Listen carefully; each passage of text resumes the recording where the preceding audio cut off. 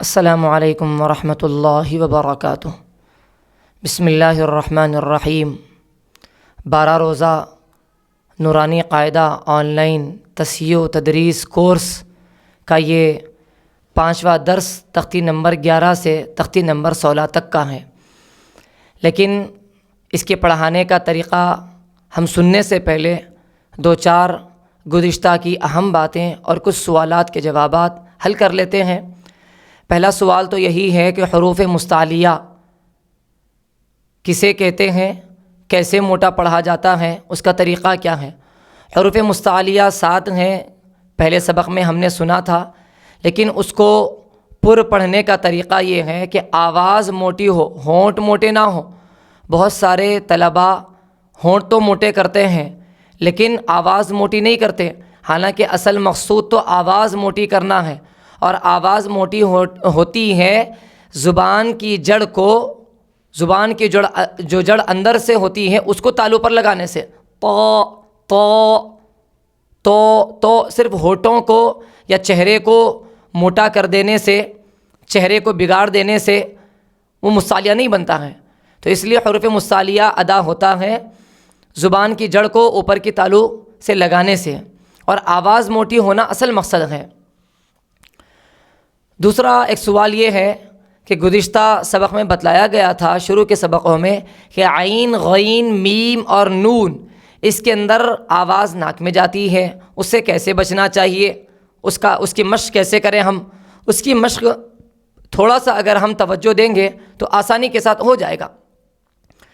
اس کو دوسرے حرفوں سے جوڑ کر پڑھیں گے، جیسے کہ میم ناک میں آواز آ رہی ہے، میم ناک میں آواز نہیں جا رہی ہے، تو اب آپ کو مشق کرنا ہے، میم ادا کرنا ہے۔ تو آپ میم بولتے بولتے جیم، میم، جیم بولیے آپ، جیم میں تو آواز ناک میں نہیں جا رہی ہے۔ ویسے ہی الحمدللہ رب العالمین ناک میں آواز آ رہی ہے، عالمین ناک میں آواز نہیں جا رہی ہے، تو اس کو مشق کرنے کے لیے عالبین، عالجیم، کوئی دوسرا حرف اس کی جگہ، میم کی جگہ رکھ کر اگر ہم تھوڑا سا مشق کریں گے، تمرن کریں گے تو انشاءاللہ وہ ادا ہو جائے گا۔ الرحمن الرحیم، الرحمن الرحیم، تو اب یہ آواز نہ جائے، الرحمن الرحیم ناک میں آواز آ رہی ہے۔ الرحجان الرجیم، الرحجا، الرحجا جا کہیں گے، پھر اس کے بعد ماں کہیں گے۔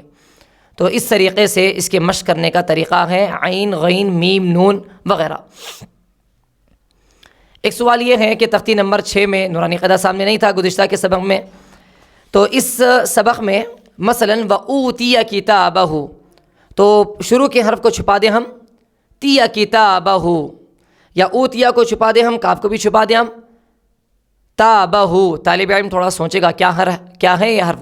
اگر خود سے حل کر رہا ہے تو صلاحیت بن چکی ہے، اگر نہیں حل کر پا رہا ہے تو یوں سمجھا جائے گا کہ گویا کہ طالب علم نے رٹا ہے، زبانی سن کر استاد سے، طالب علم سے، اسی کو ہنٹ مل جانے کی بنا پر ادا کر رہا ہے، اور یہ تو بہت غلط ہے، یہ تو بہت نقصان دہ چیز ہے۔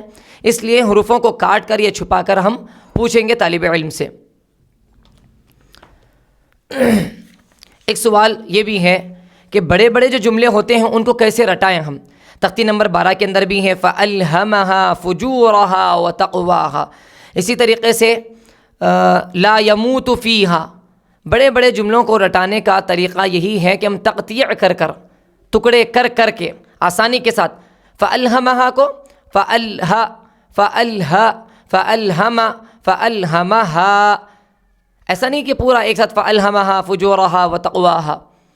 اسی طریقے سے بعض حروف کو کاٹ کر پڑھانے کا طریقہ، جیسے کہ کالعہن المنفوش، طالب علم کو دشوار ہو جائے گا، تو آپ پہلے پڑھائیں گے کالعی، کالعی، ہا بھی نہیں ادا نہیں کریں گے، ہا بھی ادا نہیں کروائیں گے، کالعی، پھر عہ، اس کے بعد ٹکڑے کرتے کرتے جوڑیں گے، اور طالب علم سے مشق کروائیں۔ تطلع علی الافئدہ کیسے پڑھائیں گے؟ تطلع، پہلے اتنا ہی، ایسا نہیں کہ عین عین ایک ساتھ جمع ہو جانے کی بنا پر دشواری ہو جائے گی طالب علم کو۔ تطلع علی الافئدہ، تو اس لیے تطلع الگ، پھر علی الافئدہ الگ، پھر دونوں کو جوڑ کر بعد میں ہم مشق کرائیں گے۔ تختی نمبر 6 میں جیسے کہ بتایا گیا تھا، یہ ملا کر پڑھنا ہے، با با با، بی بی بی بئی، تاکہ طالب علم سمجھ کر رک رک کر ایک سانس میں اس کو پڑھنے سے فرقی امتیاز کر پائے گا۔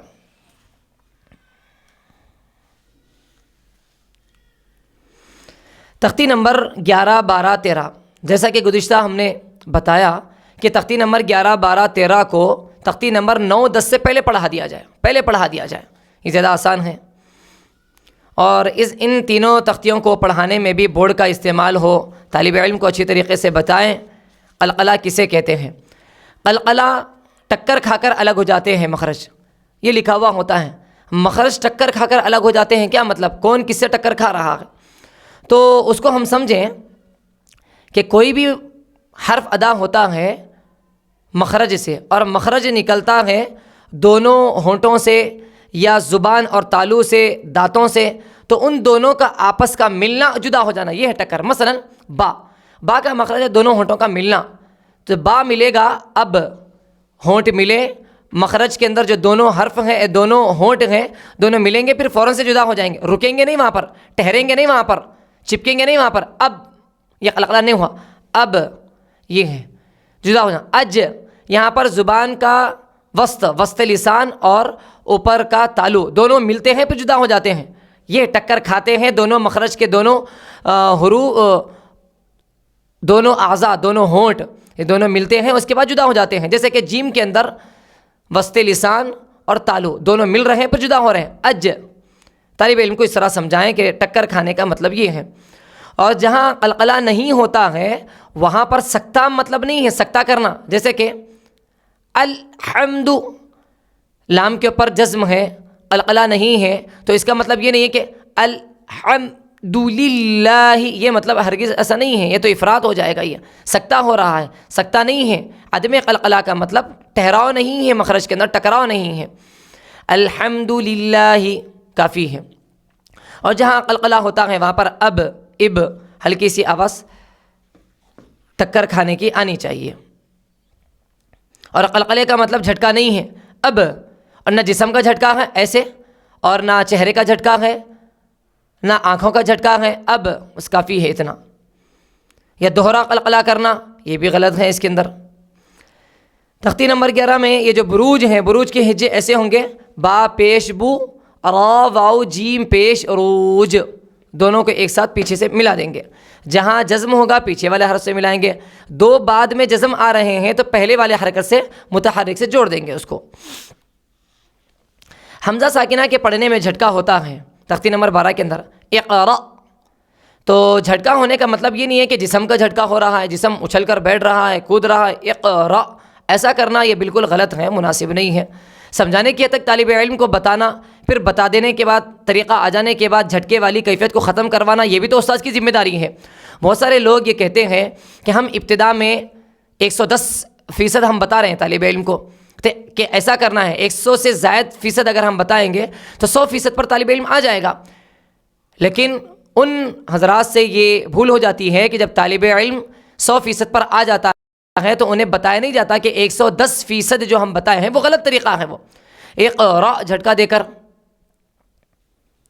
جسم کا جھٹکا۔ اسی طریقے سے تختی نمبر 13 میں تشدید میں ایک قسم کی سختی ہوتی ہے، بہت ہی زیادہ نہیں کہ بم پھٹنے کی طرح، بہت ہی ڈبل ابا اس طرح کی اس کے اندر تراخی ہو رہی ہے، ٹھہراؤ ہو رہا ہے، ایسے جیسے کہ غنہ ہو رہا ہے، ایسا نہیں ہے۔ ابا ایک حرف کو 2 مرتبہ پڑھا جائے، ایک قسم کی سختی، ایک قسم کا اٹھا کر پٹکنا جسے ایک سمجھانے کے لیے کہا جاتا ہے، بس اتنا کافی ہے، 2 مرتبہ پڑھنا۔ غنے کی طرح اسے ابا تراخی کے ساتھ پڑھنا جائز نہیں ہے۔ البتہ نون اور میم پر تشدید ہو تو اس کے اندر غنہ ہوگا، غنہ یعنی تشدید کے اندر تراخی ہو جائے، یا غن ثم، لیکن باقی کے حروف کے اندر ایسا نہیں ہے۔ تشدید پر اگر وقف کرنا ہو تو وقف کے قاعدے تو آگے آ رہے ہیں، تو اس کو پڑھنے میں قدرے دیر ہونی چاہیے۔ مثلا عدو اگر وقف کرنا ہو تو عدو ایسے وقف نہ کرے، عدو 2 واو ادا ہو جائے، علی النبی 2 یا ادا ہو جائے یہاں پر۔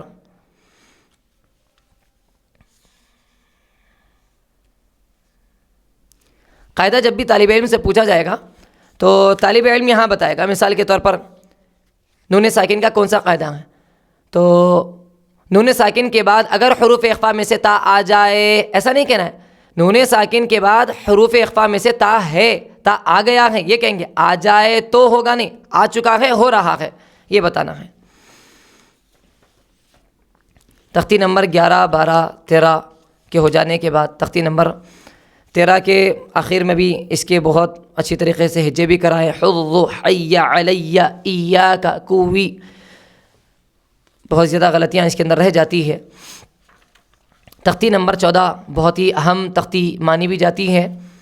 ہوتا یوں ہے کہ تختی نمبر 14 کے تہجد نورانی قاعدے کے اندر ہدایات معلمین کے لیے ہوتی ہیں، تقریباً وہ باتیں بھی اگر ہم پڑھ لیتے ہیں تو کافی فائدہ ہوگا۔ بہت ساری اہم باتیں، تقریباً 7 باتیں اس کے اندر بتلائی گئی ہیں، اساتذہ خوب سمجھیں اسے، پڑھانے والے معلمین خود اس کو نہیں سمجھ پاتے ہیں، کہاں طالب علم کو بتائیں، 2-3 مرتبہ پڑھیں، سمجھتے ہوئے پڑھیں، یا کوئی سمجھا رہا ہے تو اس سے سمجھیں اور طالب علم کو اچھی طریقے سے سمجھائیں، ہدایت کو ضرور پڑھیں۔ تختی نمبر 14 میں اگر طالب علم بہت چھوٹا ہے، کم سن ہے، اس کو قواعد کی سمجھ بوجھ نہیں ہوتی ہے تو بس اتنا بتا دیں کہ اس پہلے پیراگراف میں جتنے بھی را ہیں اس کو پر پڑھیں گے، بعد والے جتنے ہیں اس کو باریک پڑھیں گے، ہو گئی بات۔ آسان ہے اتنا کہہ کر عملی اعتبار سے۔ پھر جب بچہ نورانی قاعدہ ختم تک باشعور ہو جائے گا، کچھ سمجھ بوجھ آ جائے گی تو اسے پھر تختی نمبر 14 باضابطہ اپنی ذمہ داری سمجھ کر یا ناظرے میں جانے کے بعد اپنی ذمہ داری سمجھ کر، حفظ میں کم از کم جانے سے پہلے اپنی ذمہ داری سمجھ کر اس کو ضرور پڑھائیں، سمجھائیں، اس کو بورڈ پر سمجھائیں۔ تختی نمبر 14 کو دو طریقے سے، 3 طریقے سے سمجھایا جا سکتا ہے۔ ایک طریقہ یہی ہے کہ را پر زبر یا پیش، رائے مشددہ پر زبر یا پیش ہو تو را کو پر پڑھا جائے گا، زیر یا مشددہ پر زیر ہو تو باریک پڑھا جائے گا، اور رائے ساکنہ اگر ہو تو پیچھے والے کا اعتبار کیا جائے گا، رائے ساکنہ سے پہلے زبر یا پیش ہو تو پر پڑھا جائے گا، زیر ہو تو بالکلیہ طور پر، مطلق طور پر باریک نہیں پڑھا جائے گا۔ یہاں غلطی ہو جاتی ہے، اور یہ چیزیں نورانی قاعدے کی ہدایت کے اندر اچھی طریقے سے بتلائی گئی ہیں کہ رائے ساکنہ سے پہلے زیر اصلی ہو، عارضی نہ ہو، اسی کلمے میں ہو، اور رائے ساکنہ کے بعد والا حرف اسی کلمے کے اندر حروف مصالحہ میں سے نہ ہو۔ اگر ہوگا، اگر یہ 3 شرطوں میں سے کوئی بھی شرط نہ پائی جائے تو وہ را پر ہوگی، باریک نہیں ہوگی۔ جیسے کہ بعد کے 2 لائن کے اندر یہی 3 شرطوں کے نہ پائے جانے کی مثالیں ہیں۔ رب ارجعونی، رب الگ کلمہ ہے، ارجعونی الگ کلمہ ہے۔ اب یہ کلمہ کیسے پہچانیں گے؟ زیر اصلی ہے یا عارضی ہے، کیسے پہچانیں گے؟ اس کا تعلق تو عربی اور صرف سے ہے۔ جو طلباء یا جو علماء حفاظ پڑھ چکے ہیں وہ لوگ جانتے ہیں، وہ لوگ سمجھتے ہیں۔ طالب علم کو اتنی گہرائی میں گئے بغیر زیر عارضی کہاں کہاں ہوتا ہے پورے قرآن پاک میں، وہ بھی اس کا ایک نقشہ بتایا جا رہا ہے۔ اس کے جتنے حروف ہیں، جتنے کلمات ہیں، تقریباً 12 مقامات پر زیر عارضی ہوتا ہے، اس کو گروپ کے اندر بھی ڈالا جائے گا۔ زیر عارضی جو ہوتا ہے 2 جگہوں پر ہوتا ہے، ایک حمزہ وصلی پر اور دوسرے اجتماع ساکنین میں پہلے ساکن پر۔ وہ مقامات ذکر کیے جائیں گے پارے 7 رکوع نمبر 4 میں۔ ان ارتبتم، ان الگ ہے اور را الگ، ارتبتم الگ کلمہ ہے، زیر عارضی ہے جو نون پر زیر دیا جا رہا ہے۔ اسی طریقے سے پارے 8 کے اندر بھی ہے، ارجعو پارے 13 کے اندر، ارجع پارے 19 کے اندر، ارجعی پارے 30 کے اندر، رب ارحمہما، یہ ساری چیزیں گروپ کے اندر بھی ڈالی جائے گی انشاءاللہ۔ زیر عارضی کہاں کہاں ہوتے ہیں کم از کم طالب علم کو اتنا بتا دیں، ایک مرتبہ بتا دیں تو جتنا بھی یاد ہو جائے گا کافی ہے گا انشاءاللہ۔ دوسرا طریقہ تختی نمبر 14 کو سمجھانے کا یہ ہے کہ بورڈ پر سمجھدار طلباء کو بتائیں، را 5 صورتوں میں پر ہوگی، را 4 صورتوں میں باریک ہوگی۔ اس انداز سے ہی بتا سکتے ہیں۔ پہلی صورت را پر ہونے کی، را کے اوپر زبر یا پیش ہو تو را پر ہوگی، رائے مشددہ پر زبر یا پیش ہو تو را پر ہوگی، رائے ساکنہ سے پہلے زیر ہو اور اسی کلمے میں حروف مصالحہ میں سے کوئی حرف بعد میں آ رہا ہو تب بھی را پر ہوگی، اور رائے ساکنہ سے پہلے زبر یا پیش ہو تب بھی را پر ہوگی، رائے ساکنہ سے پہلے زیر عارضی ہو تب بھی را پر ہوگی۔ اس طریقے سے طالب علم کو بتائیں، 5 جگہ را پر ہوگی اور 4 جگہ باریک ہوگی۔ را کہاں کہاں باریک ہوگی؟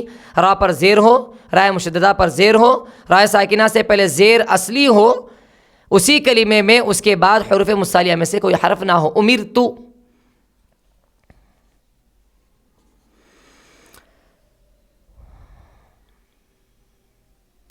طلباء کو اگر یہ قواعد نہ بتلائے جائیں تو اس کا نقد اور اتنا بڑا نقصان ہوتا ہے جو ہم دیکھتے رہتے ہیں۔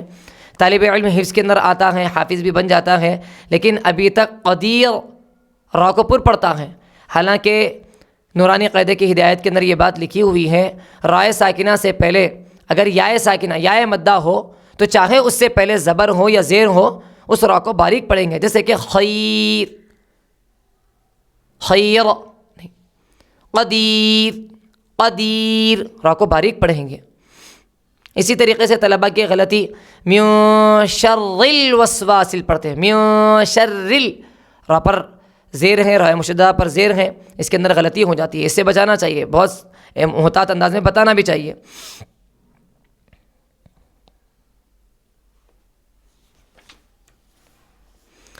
تختی نمبر 15، تختی نمبر 15 میں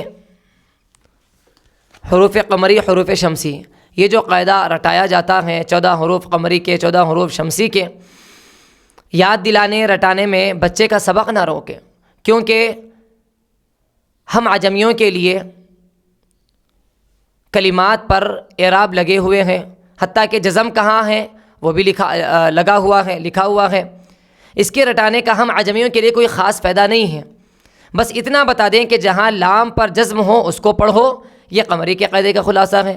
جہاں لام پر جزم نہ ہو اسے مت پڑھیے، جیسے کہ اذا الشمس میں لام پر جزم نہیں ہے اسے مت پڑھیے، اور جہاں جزم ہے والقمری میں جزم ہے لام پر اسے پڑھیے، کیونکہ یہ قاعدہ اس وقت ہوگا ان عربی جاننے والوں کے لیے ہے جہاں پر اعراب نہیں ہے اور جزم بھی لگا ہوا نہیں ہے، تو وہاں پر اب ہمیں سوچنا پڑے گا کہ الف لام قاف پر آیا ہے اور قاف حروف قمری میں سے ہے اور یہاں پر زبر زیر پہ جزم لگا ہوا نہیں ہے، تو اب ہم والقمری پڑھیں گے لام کو ظاہر کرنے کے ساتھ، لام کے جزم کے ساتھ۔ لیکن جہاں واقعی طور پر اس سختی کے اندر، اس قاعدے کے اندر اور قرآن پاک کے اندر اور ان طلباء کے لیے جو دیکھ کر پڑھ رہے ہیں وہاں پر جزم لگا ہوا ہے، تو اس کے رٹانے میں زیادہ وقت نہ لگائیں، اس کی خاصی ضرورت نہیں ہے۔ تختی نمبر 16 کو بھی بورڈ پر مثالوں کے ساتھ اچھی طریقے سے واضح کر کے بتائیں، اور طالب علم کو بتائیں کہ لفظ اللہ کے لام سے پہلے زبر ہو تو پر ہوگا۔ لفظ اللہ کے لام سے، لفظ اللہ کا لام نہیں ہے، لام علی زبر لا، اس سے پہلے لا ہے، یا اللہ کا بھی ہوتا ہے حمزہ نون زبر ان پھر لام علی زبر لا، ادغام بلا غنہ، اللہ الہ، اشہد اللہ الہ، وہاں پر اللہ الہ نہیں ہے وہاں پر،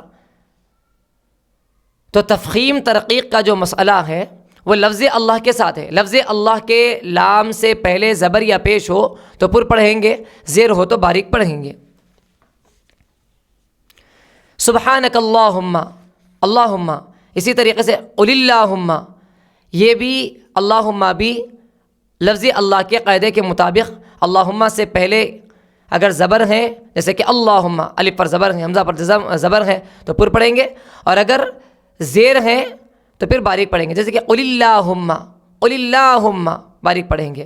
تو اللہم بھی لفظ اللہ کا، اللہم میں بھی لفظ اللہ کا قاعدہ جاری ہوگا۔ کل فرق، را پر اور باریک دونوں پڑھنا درست ہے۔